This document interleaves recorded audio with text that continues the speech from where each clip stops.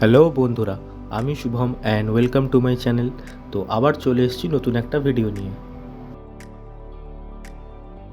Kolkata two Rajasthan ব্লগের এটা ছিল ডে 3 অ্যান্ড ডে 4। তো লাস্ট দুটো ভিডিওর পার্ট 1 ও পার্ট 2তে আমি তোমাদের দেখিয়েছিলাম জয়পুরের বেশ কিছু ট্যুরিস্ট স্পট, যেখানে তোমরা ঘুরে দেখতে পারো। তো জয়পুরের প্রায় সবকটি জায়গায় আমাদের ঘোরা হয়ে গেছে। তো এবার পালা জয়পুর ছেড়ে একটা নতুন জায়গার এক্সপ্লোর করার।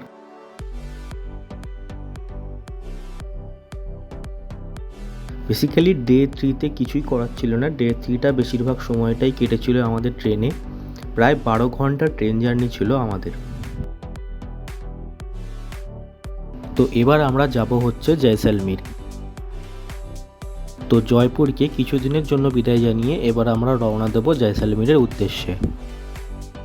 কিছুদিন বলার কারণ হলো, জয়পুর থেকেই আমাদের রিটার্ন টিকিট যেহেতু করা আছে, তো সবকটি জায়গা ঘুরে আমরা আবার জয়পুরেই ফিরে আসব এবং এখান থেকেই কলকাতা ফিরব। তো নিজেদের সমস্ত লাগেজ গুছিয়ে নিয়ে ও দুপুরের লাঞ্চটা সেরে আমরা রওনা দিলাম স্টেশনের দিকে। জয়পুর থেকে জয়সলমীর যাওয়ার জন্য আমরা যে ট্রেনটা বুক করেছিলাম সেটা ছিল লিলান SF এক্সপ্রেস। ট্রেনের টাইমিংটা ছিল দুপুর 3:30টার সময়। তো ট্রেনটা সঠিক টাইমেই স্টেশন ছেড়ে দেয় এবং আমরা রওনা দিই জয়সলমীরের উদ্দেশ্যে। এবং ট্রেনটি আমাদের প্রায় ভোর 5:15 নাগাদ জয়সলমীর স্টেশনে পৌঁছে দেয়। জয়সলমীর আসার আগেই আমি অনলাইনে এখানে হোটেল বুক করে রেখেছিলাম। তো তাদের কাছে পিক আপ ড্রপেরও একটা অপশান ছিল স্টেশন থেকে, তো আমি সেটাও বুক করে রেখেছিলাম। যেহেতু ভোরবেলায় গাড়ি পেতে সমস্যা হতে পারে, তাই জন্য আগে থেকে করেছিলাম। তো হোটেল থেকেও ঠিক টাইম মতো গাড়ি পাঠিয়ে দিয়েছিল। এছাড়াও তোমরা স্টেশনের বাইরে অনেক গাড়ি সেই টাইমে পেয়ে যাবে। যেহেতু সারা রাত ঠিকমতো ঘুম হয়নি, তো রুমে পৌঁছে আমরা কিছুক্ষণ রেস্ট নিয়ে নিই এবং সকালবেলা ফ্রেশ হয়ে চলে আসি হোটেলের এই ছাদে। হোটেলের ছাদে বেশ সুন্দর একটা রুফটপ ক্যাফে বা রেস্টুরেন্ট রয়েছে, যেখানে বসে তোমরা নিজেদের ব্রেকফাস্ট, ডিনার ও লাঞ্চ এনজয় করতে পারো এই সুন্দর ভিউটা দেখতে দেখতে। এখান থেকে জয়সলমীর ফোর্টটা খুব ভালোভাবে দেখা যাচ্ছিল। তো এখানে বসেই আমরা ব্রেকফাস্টটা করে নিলাম। ব্রেকফাস্ট করার পর আমরা এই হোটেলের কাছ থেকেই সারাদিন ঘোরার জন্য একটা প্যাকেজ বুক করে নিই। এনাদের নিজেদের ট্রাভেলের এজেন্সি রয়েছে এবং গাড়ি রয়েছে। হোটেলটার নাম হলো ওয়েসিস হাভেলি। তোমরা চাইলে এটা যে কোনো অনলাইন অ্যাপেও বুক করতে পারো, কিংবা আমি এখানে ডিরেক্ট কন্ট্যাক্ট নাম্বার দিয়ে দিচ্ছি, তো তোমরা কন্ট্যাক্ট নাম্বারেও বুক করতে পারো। তো প্রথমেই আমরা চলে আসলাম গাদিসার লেকে।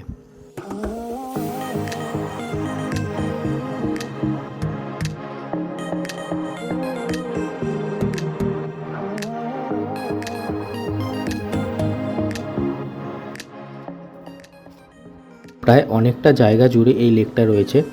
এছাড়াও এখানে বেশ সুন্দর জায়গা রয়েছে ছবি তোলার। এখানে বোটিংও করা যায়, তোমরা চাইলে এখানে বোটিংও করতে পারো।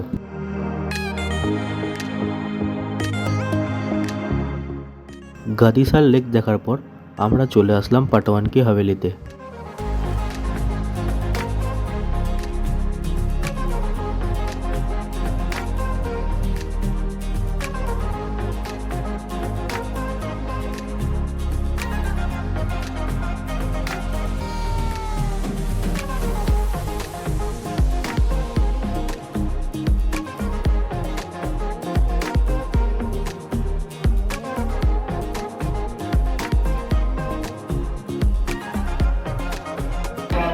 ये आगे देखो, पटवा फैमिली का बेडरूम, चांदी का पलंग है, पूरा बेड कवर है जिसके ऊपर चांदी की जरदोजी का काम किया हुआ है। चौपड़ है, ग्रामोफोन है, पगड़ी। वीआईपी लोग आते हैं वो यहाँ रुकते थे, और उस समय में रुकते उनके लिए व्यवस्था कैसे होती थी। बड़ी सुराई में ये लोग पानी रखते थे, छोटी में शरबत या ओपियो और 2 लीटर ग्रामोफोन और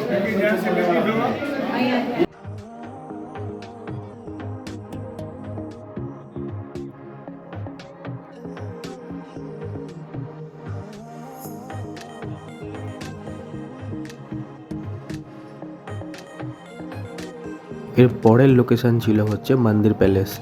এটি একটি হেরিটেজ রিসর্ট এবং মিউজিয়াম।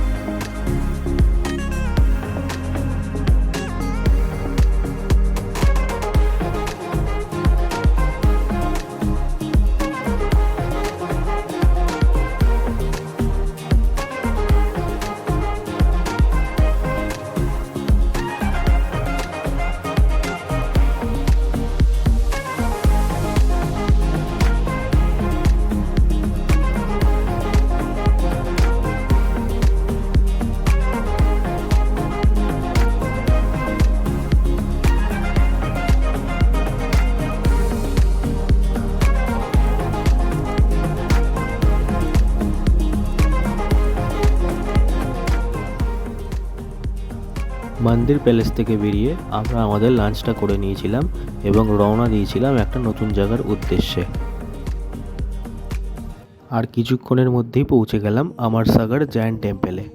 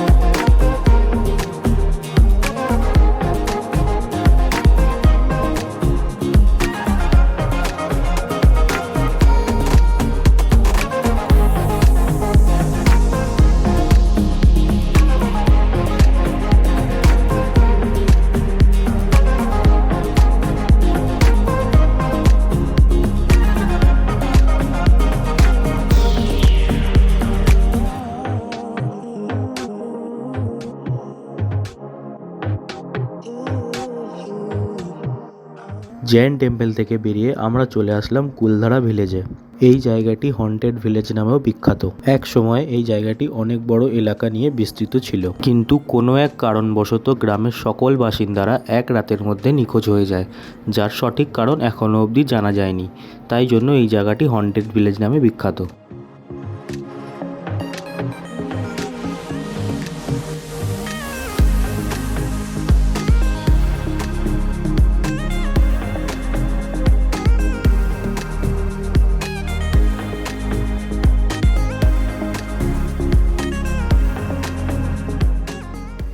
কুলধারা থেকে বেরিয়ে আমরা চলে আসলাম স্যান্ডিউস ক্যাম্পে, যেটা আমরা হোটেল থেকেই বুক করে এসেছিলাম।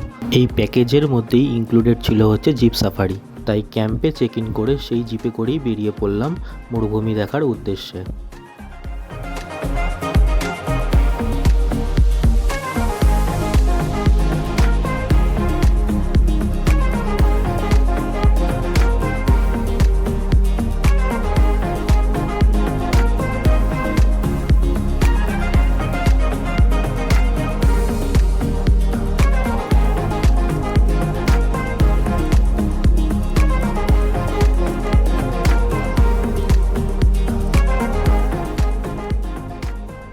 প্রথমবার মরুভূমিতে এসে আমরা খুবই এক্সাইটেড ছিলাম, তাই প্রথমেই অনেক ভালো ভালো ছবি আর ভিডিও তুলে নিলাম। এছাড়াও তোমরা এখানে এসে অনেক ধরনের অ্যাক্টিভিটি করতে পারো, যেমন zip safari, Camel safari, bike ride এবং আরও অনেক কিছু। ক্যামেল সাফারিটা তোমরা এখানে এসেও বুক করতে পারো, কিংবা হোটেল থেকে যখন প্যাকেজ বুক করবে সেখান থেকেই একেবারে বুক করতে পারো। তো এখানে কিছুক্ষণ সময় কাটিয়ে ও সুন্দর একটা সানসেট দেখে আমরা আবার ফিরে আসলাম আমাদের ক্যাম্পে, যেখানে আমাদের জন্য রেডি ছিল স্ন্যাক্স এবং চা। এই চাটা খেতে খেতেই চালু হয়ে গেল রাজস্থানি ফোক ড্যান্স এবং সং।